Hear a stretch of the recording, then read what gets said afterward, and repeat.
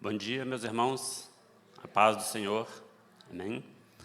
Salmo de número 132 hoje, mais um degrau, nessa caminhada. Estamos estudando os salmos de romagem, que vai do 120 ao 134, e quase terminando, hoje já quase nos últimos degraus ali, o salmo de número 132. O pastor Roberto já indicou para os irmãos aí, já me evitou esse trabalho. Eu ia fazer essa indicação, o pastor Roberto já indicou o livro, mas eu gostaria de indicar um outro também, porque o salmo que a gente vai ver hoje, conforme o pastor Roberto falou, é um salmo muito histórico, tem muita história. Então eu gostaria de indicar mais um livro, além do que o pastor falou, sobre a história de Israel, a história de Deus. O livro A História de Israel, um reino de sacerdotes entre as nações. Somos nós, Nós somos sacerdotes de Deus entre as nações. E esse salmo de hoje, meus irmãos, ele nos chama a conhecer essas histórias, Ele nos chama a aprender mais de toda a história da criação, a história do pecado, a história da redenção, O nosso objetivo, já aqui no primeiro slide aqui, no primeiro slide eu coloquei o Salmo de número 132. Qual que é o contexto, O contexto do Salmo. O pastor Roberto falou aí no livro que ele indicou sobre alianças, E no Salmo de hoje, especificamente, é a aliança que Deus fez com o rei Davi. Tem aliança com Adão, aliança com Noé, Deus fez uma aliança com Abraão, e no Salmo de hoje, Salmo de número 132, especificamente a aliança que Deus fez com o rei Davi, um juramento que Deus fez. Lá em 2 Samuel, lá diz, tem um versículo em que Davi diz o seguinte: eu moro num palácio enquanto a arca de Deus permanece numa simples tenda. Ou seja, o Salmo ele vai falar desse desejo de Davi, do que Davi observou a situação, e brotou um desejo no coração dele de buscar a Arca da Aliança que estava perdida e de construir uma morada para Deus. Continuando aí, no segundo slide, o voto de Davi e a promessa de Deus. Os objetivos, meus irmãos, da nossa aula, nessa manhã, está no slide 3 aí, a gente ver as características, a estrutura desse salmo, Salmo 132, ver como esse salmo ele foi usado no Novo Testamento. Alguém citou esse salmo no Novo Testamento? A gente vai ver isso e fazer a exposição do salmo, verso a verso. Amém? Antes da gente fazer a leitura aqui do texto sagrado, algumas características, no slide 5 aí, é um salmo de romagem, salmo de degraus, como já foi dito, é um salmo real, porque um salmo real, a gente viu que já ao longo dos estudos, outros tipos de salmo, salmo de ação de graça, salmos imprecatórios, não sei se os irmãos lembram dessa aula, salmos imprecatórios. E esse aqui é um salmo real, ele fala da monarquia de Davi, do rei, e apontando para Jesus Cristo, que é o Rei dos Reis. Amém? Esse é um salmo real. Ele é um salmo antigo, mais antigo do que os outros. Os salmos, eles foram compilados, foram juntados, após o exílio babilônico. Mas esse salmo aqui, a história dele, o contexto dele, metade dos versículos dele, metade não, do 8 ao 10, foi usado por Salomão, lá na dedicação do templo, quando Salomão fez aquela oração ali em dedicação do templo. É uma história conhecida, está lá em 2 Crônicas 41, 42, quando Salomão ele inaugurou o templo, A palavra de Deus vai dizer lá que ele se pôs de pé e fez uma oração. Então, parte dos versículos desse salmo é aquela oração que Salomão fez ali, né? A gente vai ver sobre isso.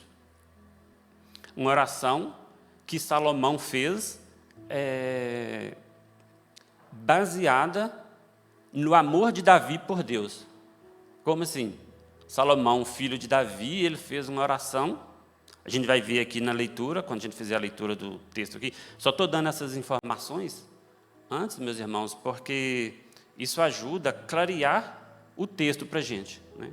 Sempre que você for ler um livro da Bíblia, um texto sagrado, é interessante que você saiba algumas informações para que o texto fique mais vivo para a gente. Amém? Então, ele é um salmo mais antigo, né? Fala da promessa de Deus a Davi e fala da importância da Arca da Aliança, né? Salomão, na oração dele, lá em 2 Crônica, ele ora ao Senhor. Os salmos são orações, né, meu irmão? Esse salmo é uma oração. E Salomão, na oração dele, ele ora pedindo a Deus que lembre de Davi. Olha só que interessante, né? Senhor, lembra do meu pai. Muito, muito interessante, meus irmãos, que imagina um filho da gente, né, orando, ou um neto, né, ou um neto da gente, daqui anos na frente, orando a Deus e falando: Senhor, lembra do meu pai, ele te amava. É um privilégio para a gente, meus irmãos, e é um desafio para a gente, né?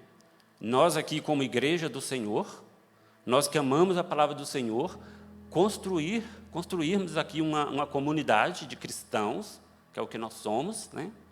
Nós fazermos nossas reuniões aqui de adoração ao Senhor, de forma que as nossas reuniões aqui impactem as gerações futuras, que são os nossos filhos, né? Que são os nossos netos, as crianças que estão aqui orando, elas estão nos observando, né? Como que será a oração dessas crianças daqui a 10, 20, 30 anos, né? Que nossas crianças venham orar dessa forma, né? Senhor, lembre do meu pai, né? Lembre do meu avô, da minha avó, que era um homem de Deus, amém? Olha só que bênção, né? E foi dessa forma que Salomão fez essa oração. Ele começa dessa forma: Senhor, lembre-se de Davi, seu servo. Amém? Continuando aqui, meus irmãos, as últimas informações, né, antes da gente fazer a leitura do texto. Davi, meus irmãos, ele, no slide 7, aí, a estrutura do texto. Davi, ele era um homem que, segundo o coração de Deus, né, e um dos motivos, Davi, ele amava a presença de Deus, né? A gente vai ver mais para frente aqui a história de Israel, a história de Deus, né?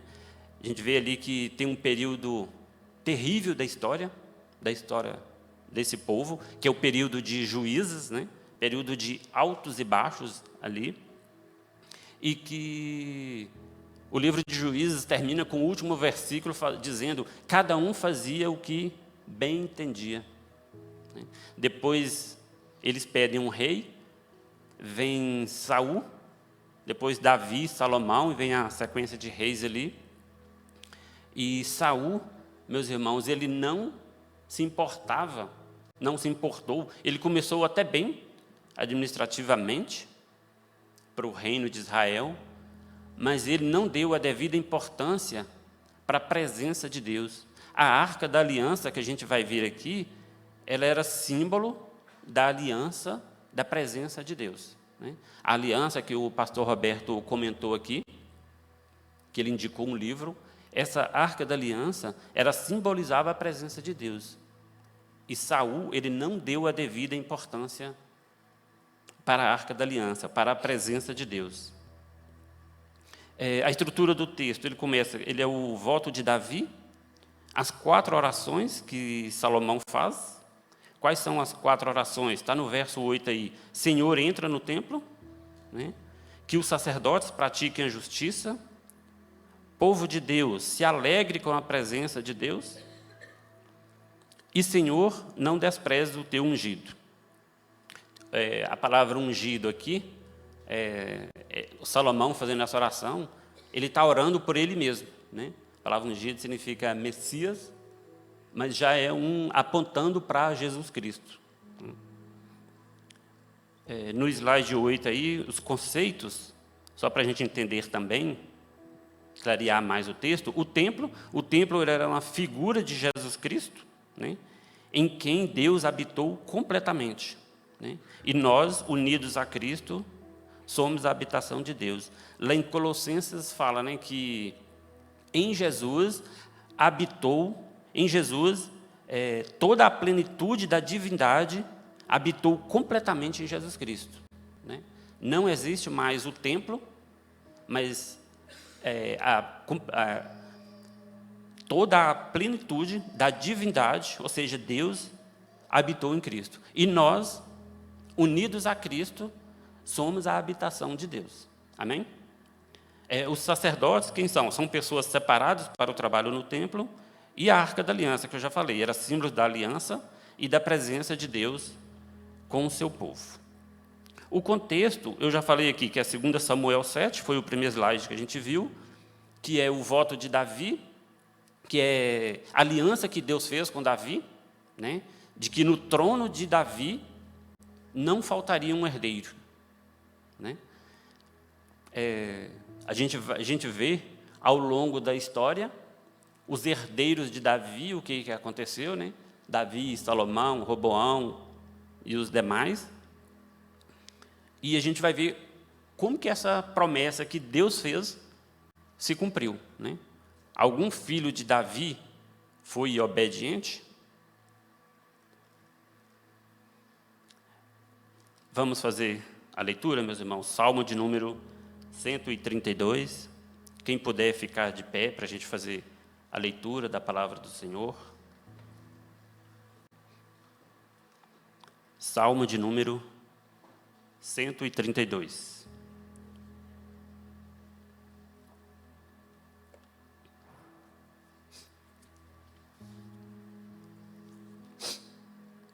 Assim diz a palavra do Senhor. Senhor, lembra-te de Davi e das dificuldades que ele enfrentou. Ele jurou ao Senhor e fez um voto ao poderoso de Jacó. Não entrarei na minha tenda, não me deitarei no meu leito, não permitirei que os meus olhos peguem no sono, nem que as minhas pálpebras descansem. Enquanto eu não encontrar um lugar para o Senhor, uma habitação para o poderoso de Jacó. Soubemos que a arca estava em Efrata, mas nós a encontramos nos campos de Jaar. Vamos para a habitação do Senhor, vamos adorá-lo diante do estrado dos seus pés. E aqui a oração de Salomão, lá na dedicação do templo. Levanta-te, Senhor, e vem para o teu lugar de descanso. Tu e a arca onde está o teu poder. Vistam-se de retidão os seus sacerdotes. Cantem de alegria os seus fiéis. Por amor ao teu servo Davi, não rejeites o teu ungido. O Senhor fez um juramento a Davi, um juramento firme, que ele não revogará. Colocarei um dos seus descendentes no seu trono, se os seus filhos forem fiéis à minha aliança e ao testemunho que eu lhes ensino. Também os filhos deles o sucederão no trono para sempre. O Senhor escolheu a Sião com desejo de fazer a sua habitação. Verso 14. Este será o meu lugar de descanso para sempre. Aqui firmarei o meu trono, pois este é o meu desejo.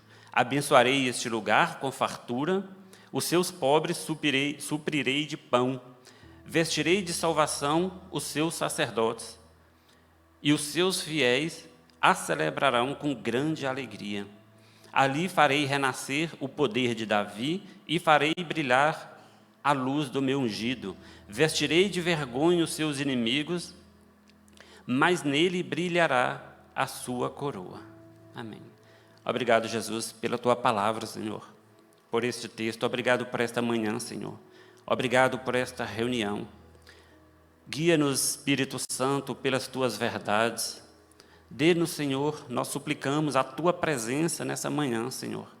Estamos aqui pela tua presença, para que o Senhor nos dirige, nos cure, nos transforme, nos oriente, Senhor. Nos dê a tua presença nessa manhã, em nome de Jesus. Amém. Meus irmãos,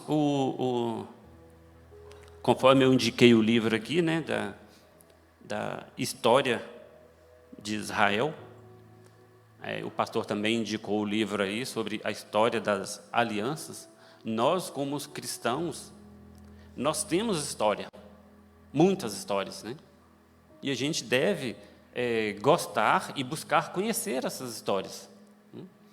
Todo cristão, diferente de outras religiões, que os fiéis deles lá se relacionam com suas divindades, é ele sua divindade, é o aqui e o agora, e pronto. Nós não. Nós sabemos de onde viemos, né?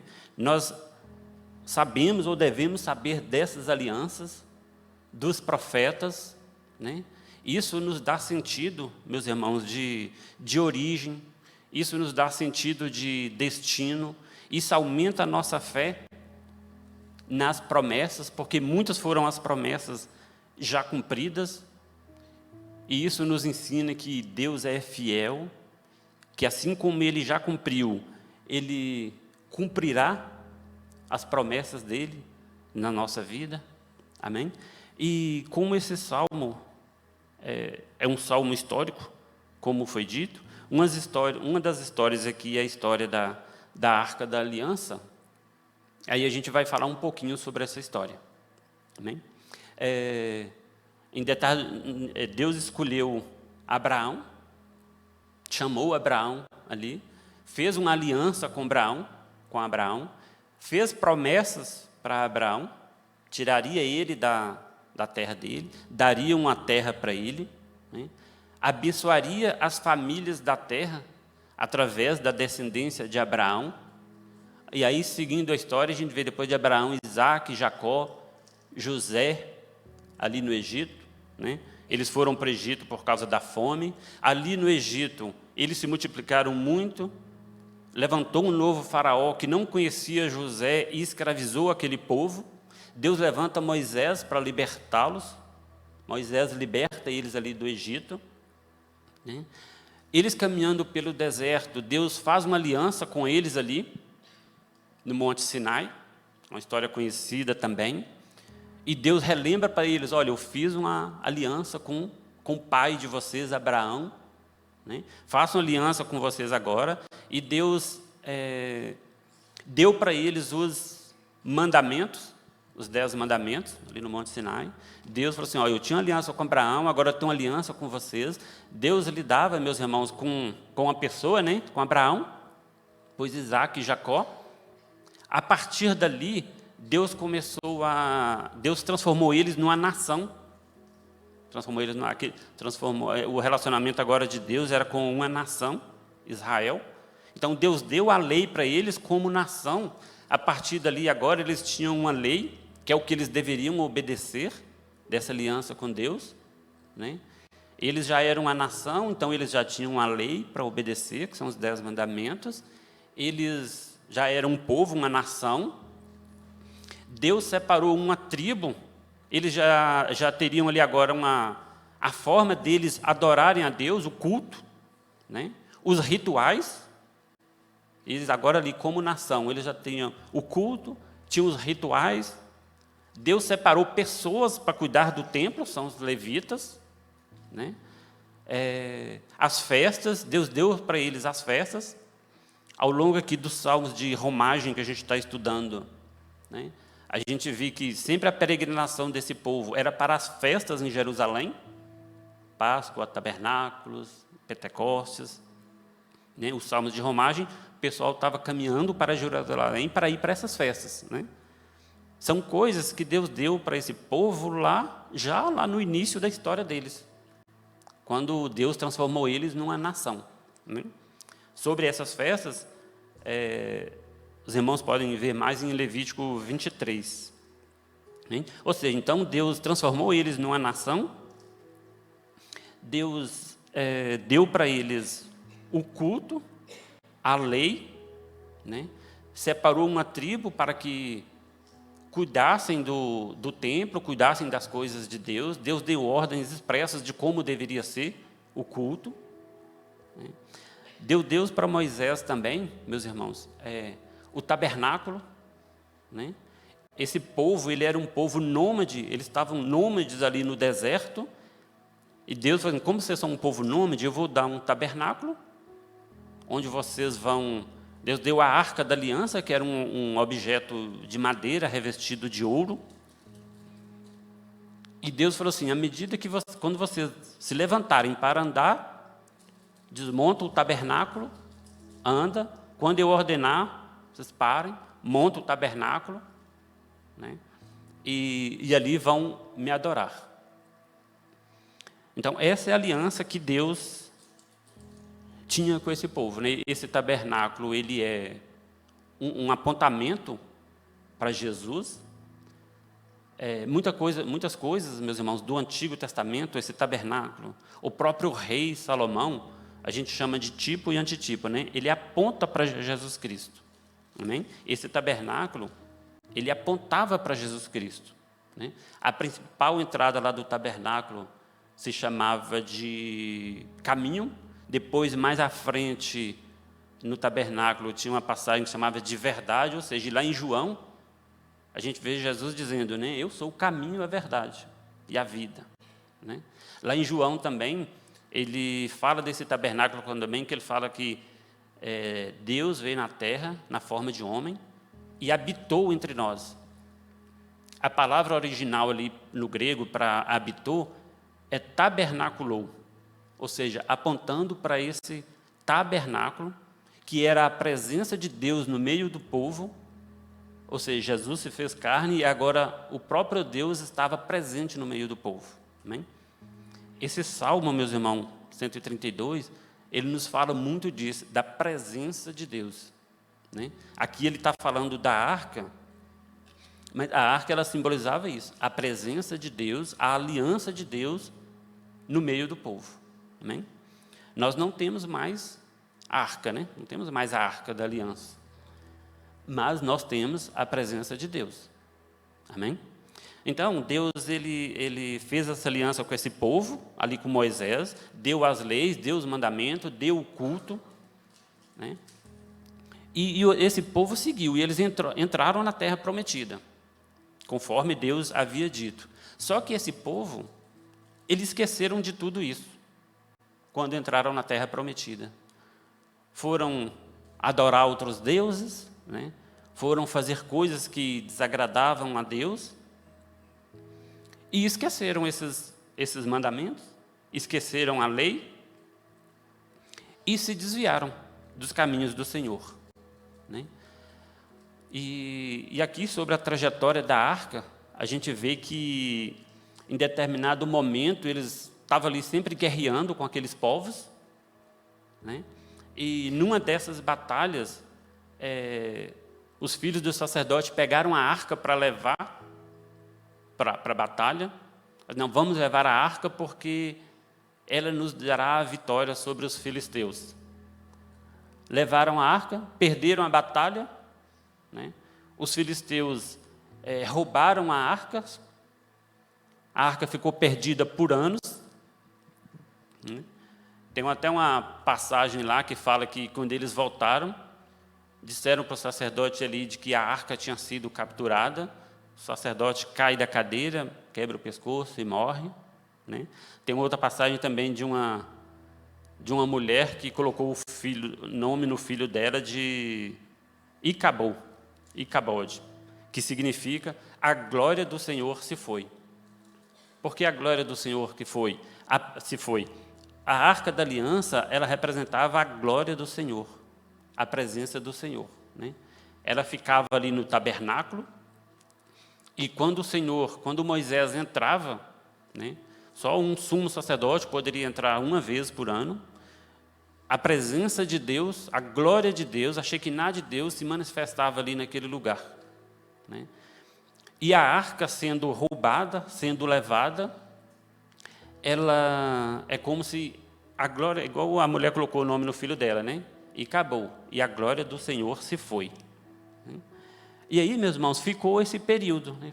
É o período de Juízes ali, em que a lei ficou esquecida, Deus ficou esquecido, a arca ficou perdida, e o livro de Juízes termina, como eu já citei aqui, né? Cada um fazendo o que achava, cada um vivia do seu jeito, né? Aqui, meus irmãos, a oração, o salmo, eu já citei aqui, ele começa dessa forma, né? Senhor, lembra-se de Davi e das dificuldades que ele enfrentou. Na história que eu estava citando, de que a arca estava perdida, de que o povo estava desviado dos caminhos do Senhor, passou muito tempo, o profeta Samuel unge Davi, rei de Israel, né? Ele não assume imediatamente, ele demora anos, ele enfrenta dificuldades com Saul. Quando Saul sabe que Davi foi ungido rei, Deus já não era mais com Saul, né? Que Samuel ungiu Davi, rei de Israel, começou a perseguição de Saul com Davi, né? E Davi passou por aqueles problemas, e no verso 1, ele diz assim, Senhor, lembra-te de Davi das dificuldades que enfrentou. Aí no slide 9 ele fala, quais foram essas dificuldades, né? Eu já falei aqui, os filisteus eram sempre adversários ali, estavam sempre lutando com o povo de Deus. O próprio filho de Davi, Absalão, e outros filhos também que queriam roubar o trono do pai, né? O gigante Golias, são histórias conhecidas, que a gente conhece desde criança, né? Do rei Davi, e o próprio Saul, né? São dificuldades que o salmista ele lembra aqui de que Davi passou, né? E muitas foram essas dificuldades de Davi. Acho que uma pior delas não é Saul, né? Mais difícil do que às vezes matar um gigante é a luta que Davi teve com Saul, de não matar Saul, né? A gente está vendo aqui ao longo dos Salmos, várias vezes nos Salmos, a gente vê os inimigos de Davi. Na última aula aqui eu citei que Davi fala de vários inimigos dele, das características dos inimigos dele, e uma das características principais que Davi reclama, a gente vê isso no Salmo 52 e no Salmo 94, é de um homem lá, Doéglio, em que Davi fala que ele era caluniador, né?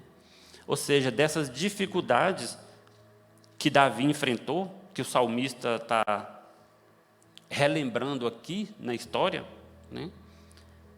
Uma das piores foi a de Saul e também desse caluniador. Ele era um homem violento e Davi, em vez de falar que ele era um homem violento que perseguia Davi fala da língua dele, das calúnias que ele praticava.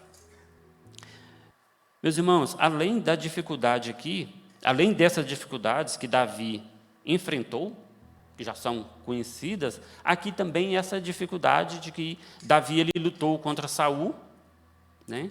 Davi assume o reinado. Primeiro ele assume Judá, ali, depois de 7 anos que ele assume o reino todo.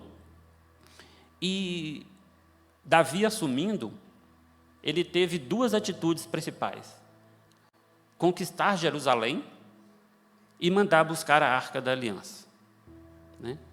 E alguns estudiosos dizem que Davi sofreu muito porque ele mandou buscar os filisteus tinham levado a arca de aliança em carro de bois, e Davi, assumindo, ele toma logo essa atitude de mandar buscar a arca.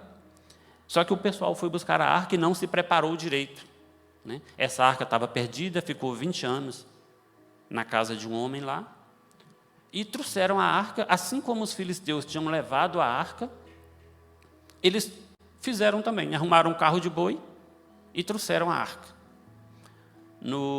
Em determinado trecho deles trazendo a arca, o carro de boi, os bois tropeçam, a arca ia cair, e diz que um homem lá coloca a mão na arca e ele é fulminado, ele é morto na hora, né? A gente viu no início da história aqui que Deus tinha dado para esse povo o culto, as leis, os sacerdotes, a forma de cultuar, a forma de lidar com a arca da aliança, né? Deus deu tudo direitinho, meus irmãos. E esse homem ele não podia fazer isso, né? Imagina quanto tempo a arca da aliança ficou na casa dele ali, e ele vem naquele momento ali e coloca a mão na arca, né? E ele é fulminado. Essa também é um dos sofrimentos que Davi passou, que diz que Davi se encheu do temor de Deus, se encheu de, esse Deus ele é muito poderoso, eu não posso trazer a arca para cá de qualquer jeito. Davi mandou deixar a arca na casa de um outro homem ali, Obed-edom. A arca ficou ali por 3 meses. Davi voltou para a lei do Senhor, foi lá buscar em Levítico, Números, onde estavam as orientações de como se deveria transportar a arca, e foi na segunda vez para buscar a arca, de forma correta, né? A Bíblia vem falar que onde ela ficou 3 meses ali na casa de Obed-edom, a casa de Obed-edom foi abençoada, muito abençoada, né? A Bíblia não fala nada sobre o tempo que a arca ficou na casa da outra pessoa, não fala o que aconteceu. E não está escrito isso, tá, meus irmãos? Mas você vê que ela ficou 20 anos nessa outra casa, transportaram de qualquer jeito, a arca ia cair, ele levou a mão na arca, não podia fazer isso, ou seja, um completo desconhecimento das leis que Deus tinha dado de como deveria ser, né? Uma completa falta de temor com as coisas de Deus, falta de temor com a presença de Deus, né? Ao passo que na casa de Obed-edom, a casa dele foi tremendamente abençoada. Meus irmãos, falando ainda que no slide de número 10, falando ainda sobre, no versículo 1, falando ainda sobre os inimigos de Davi, né? Davi venceu esses inimigos, né? E como que Davi venceu esses inimigos? A gente vai ver isso em 2 Samuel, isso eu gostaria de ler com os irmãos. 2 Samuel, capítulo 7, 8 e 9.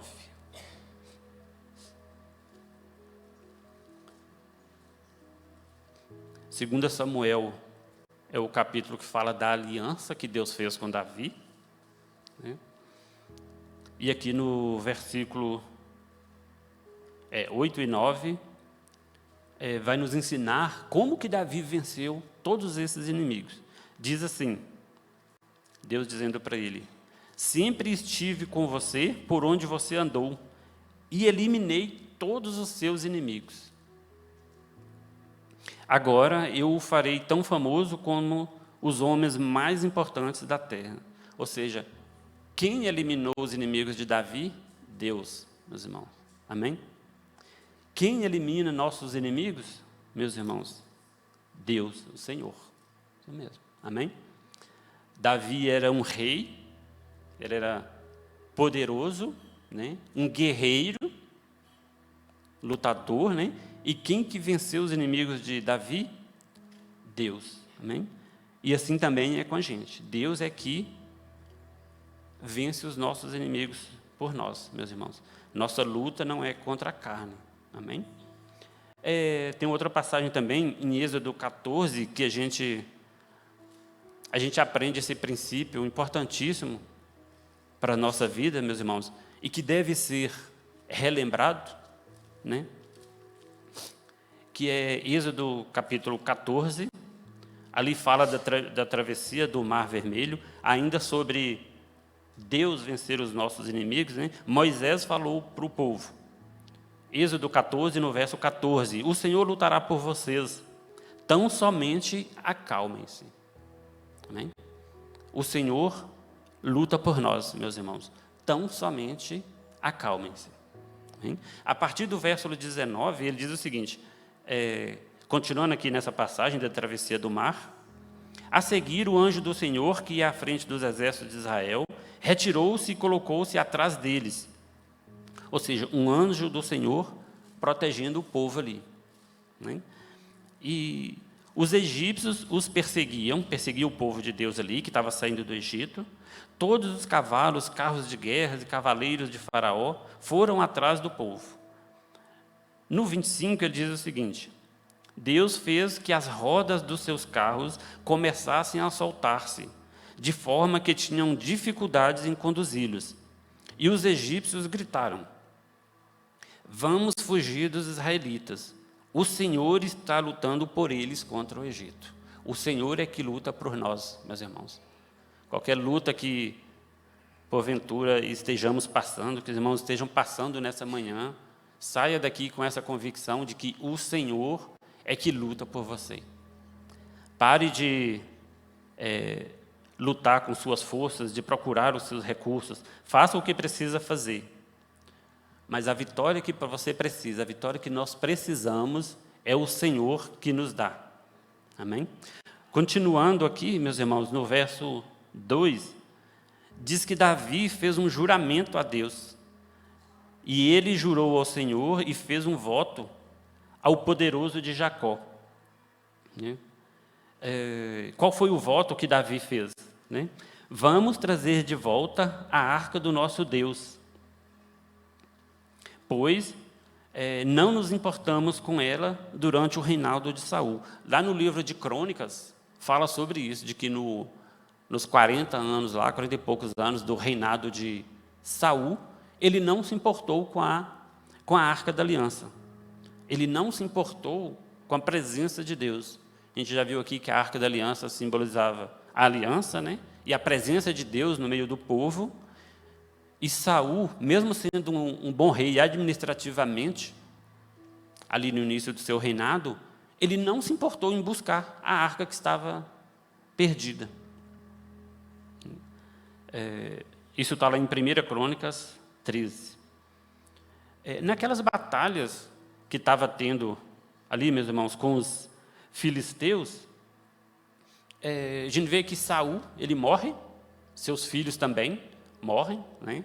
Eu já disse aqui, Davi assume o reinado, primeiro Judá, depois 7 anos ele assume todo o reinado. Davi, ele faz esse voto que a gente leu aqui, Davi jurou ao Senhor e fez um voto ao poderoso de Jacó. Né? Qual foi o voto que Davi fez? De buscar a Arca da Aliança, que estava perdida, e de construir um templo para o Senhor, para colocar a presença do Senhor, para colocar a arca. Esse foi o desejo do coração de Davi. Davi assumindo como rei, de todo Israel, né? Poderoso, com o exército nas suas mãos, de tudo, né? Dinheiro que um rei tinha. Ele poderia desejar de tudo, né? O que Davi desejou? A presença de Deus. Amém?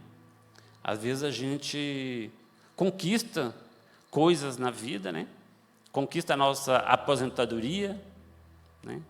Conquista a nossa folga financeira. Não, agora eu tenho o meu carro bom, eu tenho dinheiro, domingo de manhã eu vou para o melhor clube que tem. Não vou mais para a casa de Deus. Isso é desprezar a presença de Deus, meus irmãos. Né? E Davi, ele nos dá esse exemplo de humildade aqui. Ele poderia ter o que ele quisesse. Mas qual foi o desejo de Davi? Qual foi o voto dele? Construir uma morada para o Senhor, né? E isso agradou o coração de Deus. A gente vai ver mais para frente aqui no Salmo, de que, por incrível que pareça, meus irmãos, Deus ele fez um juramento a Davi, ele fez uma promessa a Davi. Não só Davi fez um voto para Deus, mas Deus também fez um juramento a Davi. Olha só que coisa maravilhosa. Amém? Continuando aqui, meus irmãos, ele cita: eu fiz um voto ao poderoso de Jacó. Essa expressão, o poderoso de Jacó, a gente encontra ela em outras passagens ao longo da Bíblia Sagrada, né? Está lá em Gênesis, tem Isaías também, cita essa passagem. E ela nos remete também, porque Jacó, quem foi Jacó? Alguém que, é um pouco, né, só da história, que viu a presença de Deus, ele fugindo do irmão dele, ele parou em determinado lugar, colocou uma pedra ali, deitou, e ele viu a presença de Deus, né? Fala lá que ele viu uma escada que ia até o céu.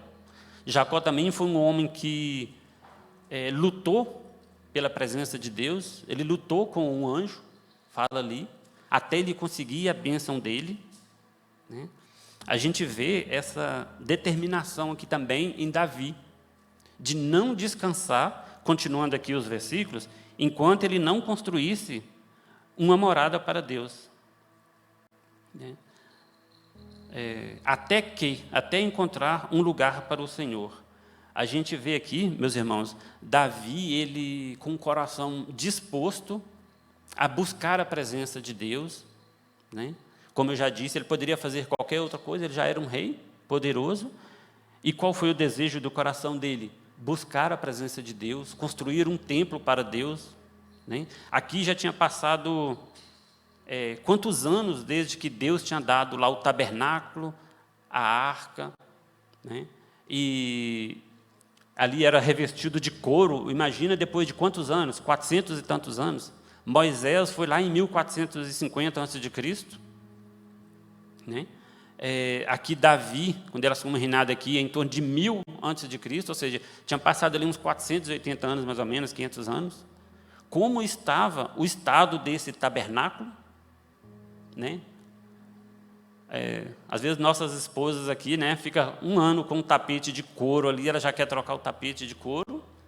Imagina o estado que estava esse tabernáculo. E Davi assume o reinado e vê aquilo ali e fala assim: não, agora eu sou um rei. No primeiro slide que eu coloquei, ele fala assim: eu moro num palácio e a tenda do Senhor está dessa forma. Não pode ser dessa forma. Meus irmãos, isso é uma grande lição para as nossas vidas. Importar com as coisas de Deus, se importar com a casa de Deus, né? Se importar com a presença de Deus no nosso meio. E Davi nos ensina isso, meus irmãos. Davi estava empenhado com as coisas de Deus. A gente vê isso também no Novo Testamento. Está aqui no slide de número 10 aqui. Ele jurou ao Senhor, fez um voto ao poderoso de Jacó. Em 2 Coríntios, a gente vê isso em Paulo, né? Paulo diz o seguinte, em 2 Coríntios 12:15: eu, de boa vontade, por amor de vocês, gastarei tudo o que tenho, e também me desgastarei pessoalmente. Ou seja, Paulo também, a gente vê isso com Davi aqui no Antigo Testamento, e Paulo também no Novo Testamento, ele está dizendo: eu me gasto pelo Evangelho, vou me deixar gastar por amor de vocês, né? Será que nós estamos, meus irmãos, pelo menos um pouco empenhados na obra de Deus, né? Preocupados com a presença de Deus, igual Davi, igual Paulo, que a gente viu aqui, né? No início eu falei sobre a gente conhecer a história de Deus, a história das alianças, né? Eu citei o livro para os irmãos poderem conhecer a história de Israel, né? Tem todas essas histórias. Conhecer essas histórias, meus irmãos, nos ajuda a dar um sentido de propósito, saber de onde nós viemos, para onde nós vamos, nos ajuda a empenhar mais na obra de Deus, amar a casa de Deus, amar a presença de Deus nas nossas reuniões. Nós devemos clamar por isso, pela presença de Deus nas nossas reuniões. E a gente vê que Davi, ele estava empenhado nisso, né? Paulo, ele estava empenhado nisso. Eu me gasto e vou me deixar gastar pessoalmente, amém? Nós devemos nos esforçar um pouco mais, meus irmãos, pelas coisas de Deus, amém? Às vezes a gente canta, né? Hinos, às vezes, até bonitos demais, lindos, né? Eu me gasto, vou me deixar de gastar, né? Eu estou me gastando por amor a Deus. Será que nós estamos nos gastando verdadeiramente, meus irmãos? Será que esses louvores que às vezes a gente canta, né, nas nossas reuniões, será que expressa a verdade dos nossos corações, né? Será que nós estamos nos importando mesmo, como Davi fez aqui, como a gente viu que Paulo fez, né? Ou como a gente canta nas nossas reuniões, que eu estou me gastando, vou gastar tudo por amor de Deus? Às vezes a gente não perde uma ida ao clube de manhã, né? A gente não perde um jogo do Flamengo, a gente perde o culto por um jogo de um time de futebol, meus irmãos, né? E a gente precisa refletir, né? Examinar o nosso coração, nossas motivações, e a gente ser tocado, meus irmãos, por esses homens de Deus, por essas histórias de Deus que estão aqui na sua palavra, e analisar a nossa vida, como nós estamos vivendo, como nós temos tratado, o valor que nós temos dado para a presença de Deus nas nossas vidas. Amém? Continuando aqui, meus irmãos, ele fala que o voto de Davi fez o voto de buscar a arca e construir um local para o Senhor. A partir do 5 ele fala: enquanto eu não encontrar um lugar para o Senhor, uma habitação para o poderoso de Jacó, soubemos que a arca estava em Efrata, mas nós a encontramos nos campos de Jaar. Aqui eu já comentei antes, né?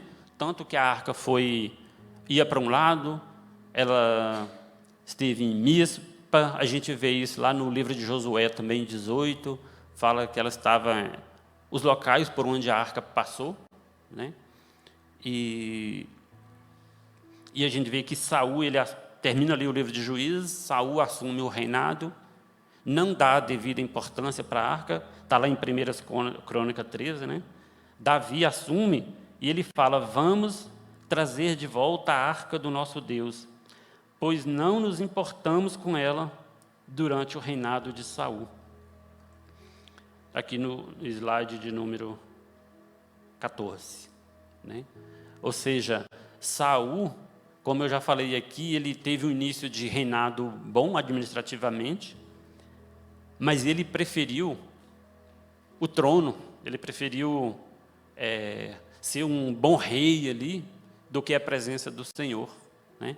Eu até coloquei aqui, ó, Saul, ele trocou a presença de Deus pela glória terrena, né? Ao passo que Davi, quando ele assumiu, ele trocou a glória terrena pela presença de Deus. Davi, ele já era um rei poderoso, rico, ele poderia ter o que quisesse, mas qual foi o voto que ele fez?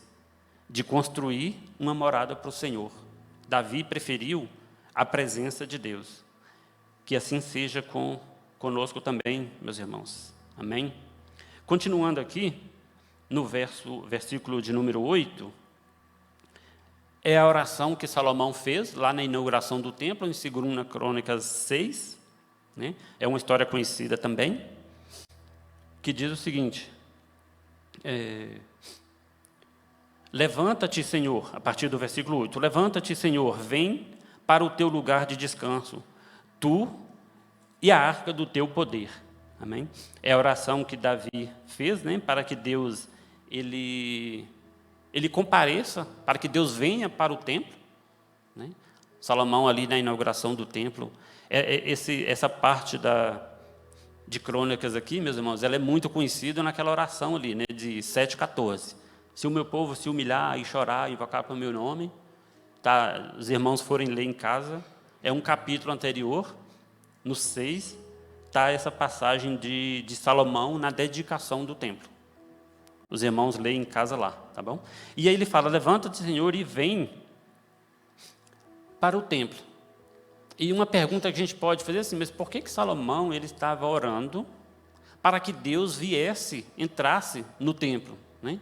Por qual motivo Deus não ia querer estar no templo, vir para a reunião, né? Isso acontece com a gente, né? Como eu já falei, a gente às vezes troca o culto na casa do Senhor por um jogo de futebol até.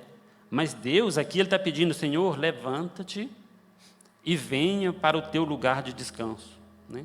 Levanta-te aqui, ele está fazendo uma referência ao tabernáculo lá no deserto, quando eles iam andar, eles desmontavam o tabernáculo, levantavam e ia. Ele estava assim, Senhor, levanta-te, venha para o teu lugar de descanso. A gente vê também, meus irmãos, lá no livro de Isaías, que ele diz o seguinte, Isaías 1, capítulo 15, né? Um dos motivos de Deus não querer estar no templo. Um dos motivos de Deus não querer estar nas nossas reuniões.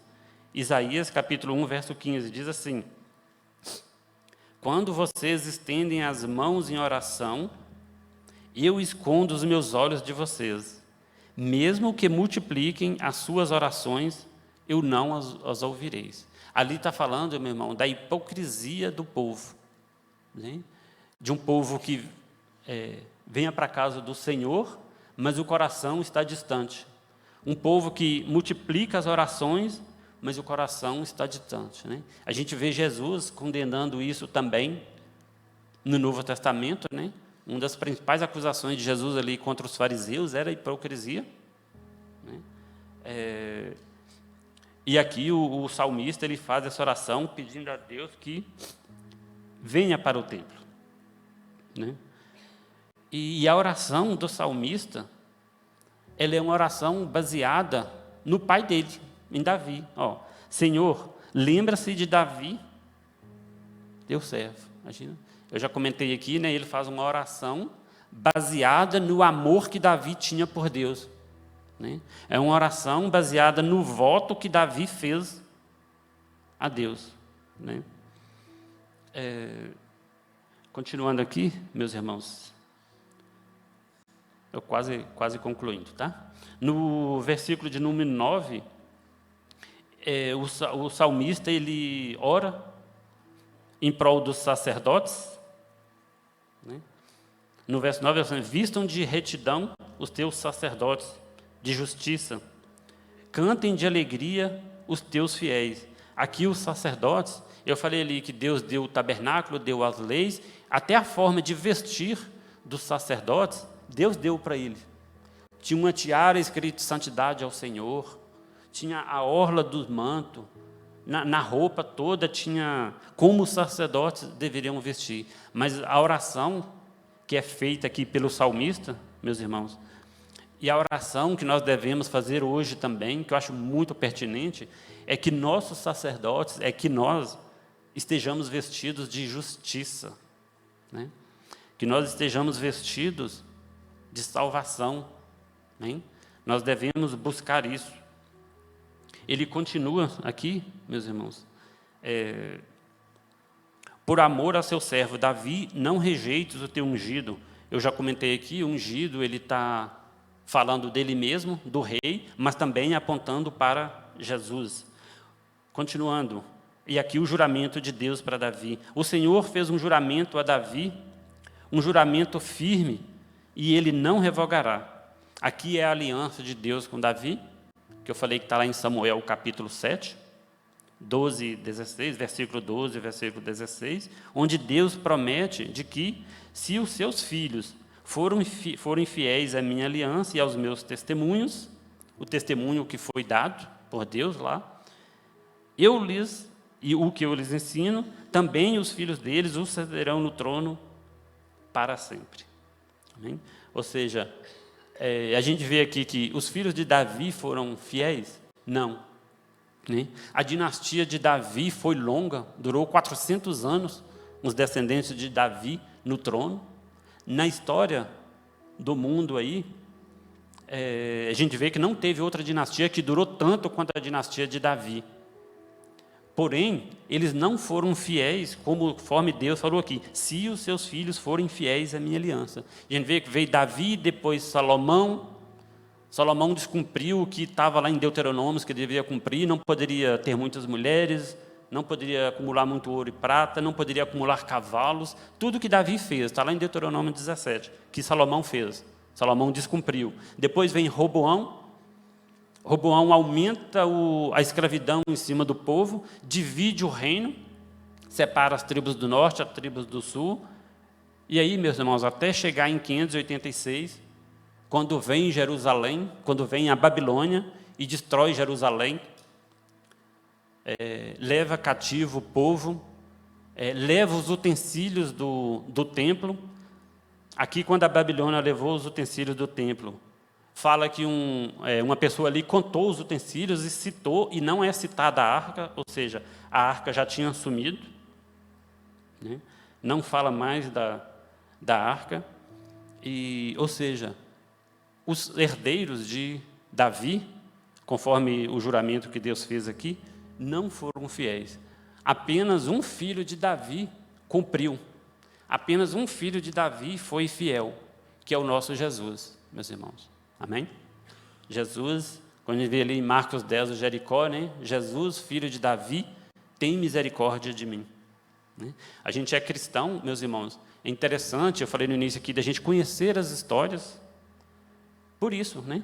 Se a gente não conhecer, quando você vê ali o cego de Jericó falando, Jesus, filho de Davi, tem misericórdia de mim, por que ele está falando Jesus, filho de Davi? Né?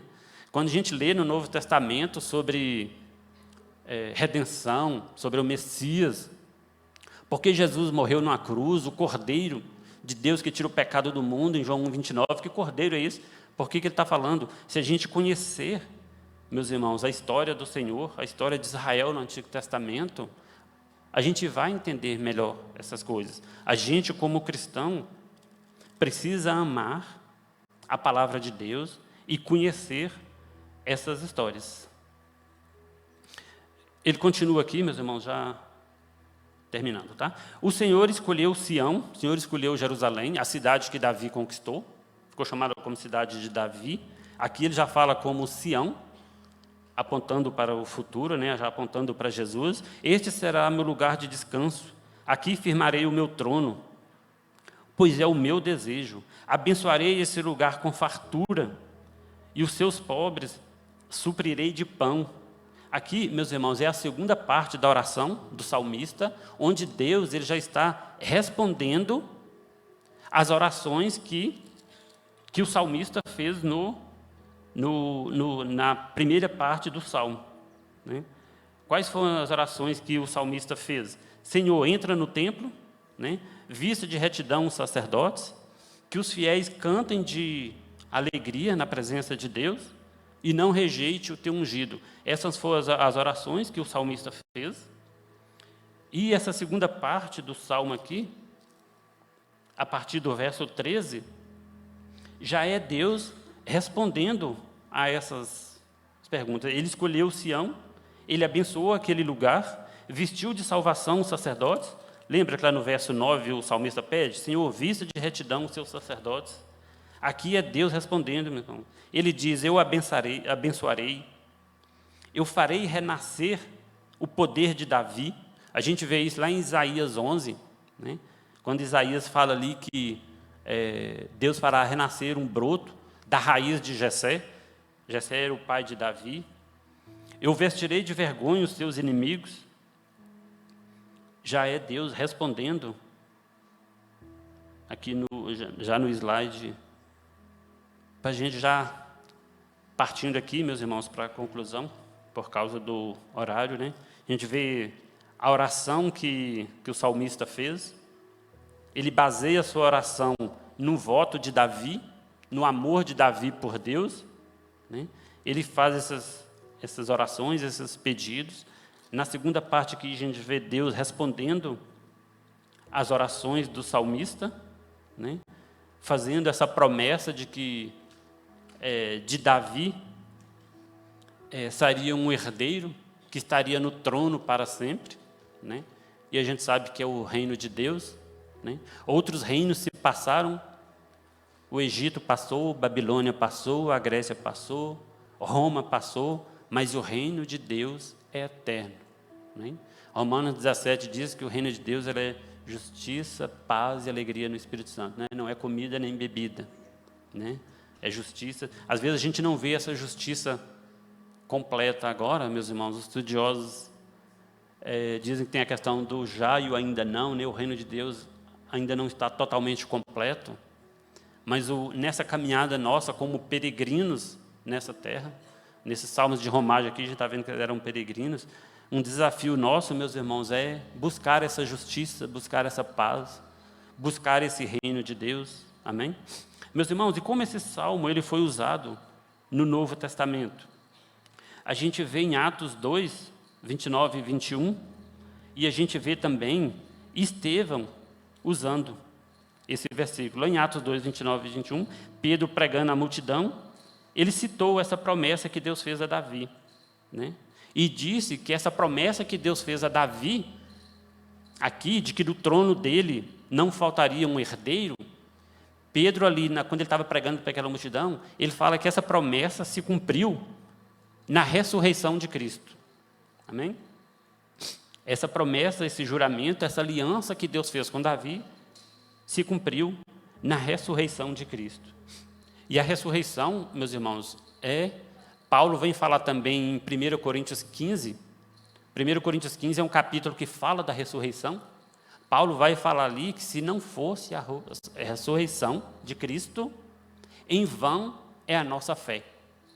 Olha só, Paulo ele baseia todo o Novo Testamento, toda a história de Cristo, toda a nossa fé naquele evento histórico ali da ressurreição de Jesus Cristo, né? Ele fala 1 Coríntios 15, em vão é a nossa fé se a ressurreição não for verdade. Amém? A gente tem os evangelhos ali, Mateus, Marcos, Lucas e João, meus irmãos, ele se foca mais ali na última semana, na morte e ressurreição de Jesus, porque é o evento mais importante. Amém? Estevão também, lá em Atos capítulo 7, a gente estudou Atos agora há pouco tempo, né? A gente viu isso.